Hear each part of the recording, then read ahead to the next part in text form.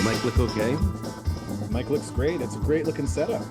Okay. You look great, sound great. All right, welcome back to Placed on the 55 with Jon and Jess. I'm Jon. I'm Jess. Well, we're through 2 weeks of the regular season of the CFL, Jess, and both of us are still working to climb to the top of Mount 500. Okay, in the first game of week 2, we got our first look at the Ottawa Red Blacks. And it's kind of interesting that Ottawa is opening up their season where they have to play both of the teams that were in the Grey Cup last year. So they had to play Winnipeg last week, and they play Montreal this upcoming week. We'll talk about that in a minute. But regarding that Ottawa-Winnipeg game, man, Winnipeg just looked slow. I think I'm pretty confident Michael O'Shea is going to turn it around. The CFL is a long season. We had 18 weeks for only in week 2. There'll be player changes, and I'm sure O'Shea is going to get rid of some of the guys that aren't buying into the system or whatever the case may be, and he'll find some other people that will. I thought the Bombers looked like a bit of a dumpster fire between the first game against Montreal and then this game against Ottawa. Ottawa stood their ground at home, started the season undefeated, and finished game 1 undefeated. And well, they got a little help with that, but yes. And a little help from the schedule makers. The Elks hosted the Alouettes for game 2 of week 2. Last season, the Elks started 0-9, and they seem to be going in the same direction as they now sit 0-2. Or maybe did you, like me, see some positives in the Elks after the Owls squeaked out a win, but did not cover the spread? Certainly. The Elks look a heck of a lot better than they did last year. The only thing I may have mentioned last week that I was worried about with the Owls is all the traveling they were going to have to do. They already came out to Winnipeg last week, and they had to fly back to Montreal, and then they had to fly way out back to Edmonton. Montreal beating Edmonton, not surprising. What was surprising is that they didn't beat them by more than 5.5 points, as was the spread. I really thought they would, win by, a touchdown or so. So the 5.5, I thought was a joke, but hey, the spread makers are really good. Yeah, the spread makers are really good. It makes betting challenging because sometimes it's easier just to pick the winner and loser. We both knew that Montreal was going to win that game. I went with Edmonton because I liked the spread. I thought, it's probably going to be a tight game. I did see like a bit of glimmer, a bit of shine in the Elks from week 1, and it came through in week 2. I'm glad I at least had one bet pay off last week, and it happened to be in this game. Okay, that was your game that you won. Game 3. It had all the hype as 50 Cent performed to a near sold out crowd at BC Place. It also had the Lions coming out ahead of the Stamps. While BC didn't win 55-10, they may as well have because they missed the spread by 0.5 point. So Jess, while we lost the bet, did you get any comfort from seeing your team win and even up their record to 1-1 for the season? What I was most impressed with was the crowd and how loud it sounded in there. I really wish I was there. Unfortunately, we just watched it on television. I loved Vernon Adams in that game. Vernon Adams won Player of the Week, by the way, last week. Yeah, he's up there in stats. And McInnes had some great catches and some big plays. They look strong. Yeah, that guy is 6'5". He's huge. And what's even better, which I didn't know until I did a little bit of research on him, he's Canadian. He's from Quebec. Wow. he goes into the Canadian content rule in the CFL. I got him down for 11 receptions in the season for 194 yards. Your yak yards, your yards after catch.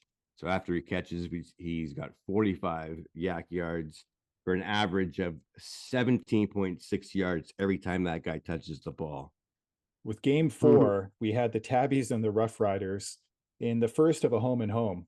And Hamilton looked to be in control. They had a commanding lead of the game. They were way up by the time they got to the end of the third.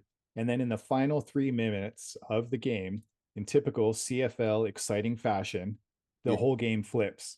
All of a sudden, the Rough Riders come back. They score a touchdown. Bo Levi Mitchell goes out, wings a pass to White on the 37-yard line, who bobbles it up in the air, interception, turns around, Rough Riders field goal, game's over.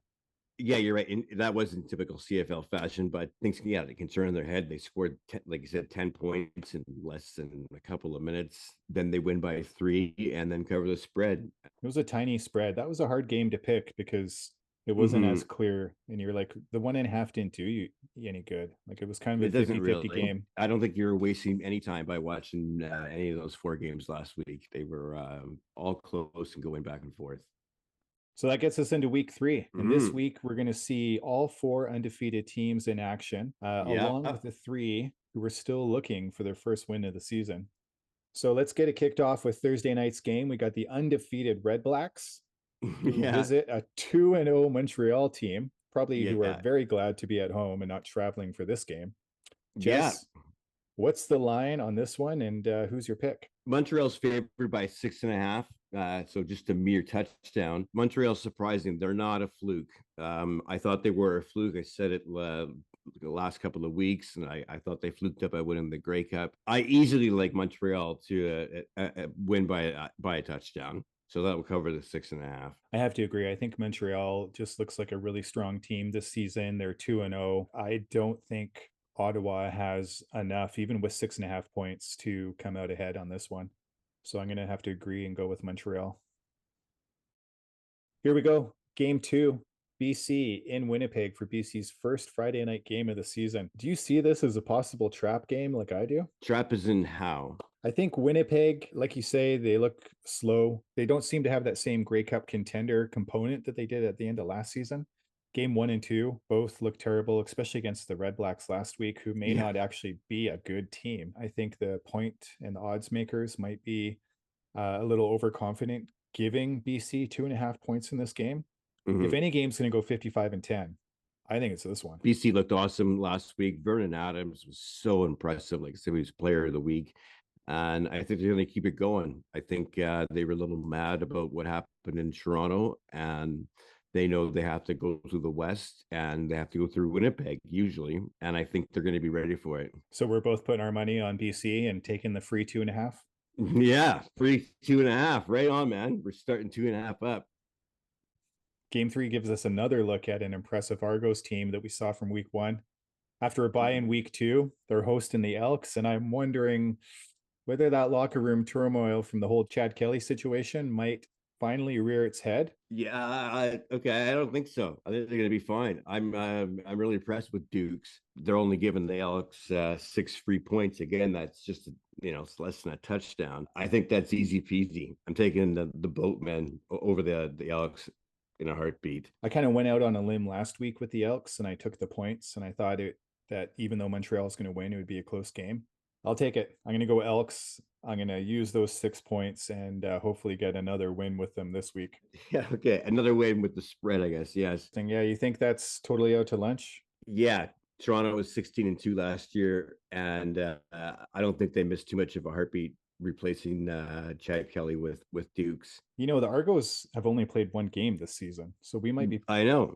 Yeah, you could be putting a lot of money into the Argos stock, and we don't even really know which direction that stock's going with Dukes. I'm feeling good about my bet, and this is great that we're on the opposite sides of Game 3. And well, Game 4 is the Tabbies in their second part of the home and home with the Rough Riders. Tell me, Jess, how many points do the Tabbies get with the spread at kickoff? 2.5, not much. I kind of feel like if I don't bet on the Tabbies, this is the game that they're going to win. And I'm going to be sitting on the side going, I can't believe I didn't bet on the Tabbies. I don't see them starting 0-3. I have to believe that, they could still finish 10-8 for the season. They got to start winning sometime. Give me the 2.5. I'm going Tabbies a third time in a row. So yeah, in the last 2 games of the week, we differ. I'm taking Saskatchewan. Kind of odd this week that all the road teams are underdogs. The thing I'm loving is that we get 4 days a week right now as CFL. More people should love the CFL. It's some great sport and entertainment. And next week we'll come back to break down all the outcomes and the bets, our bets for week 3, and chat about week 4, of course.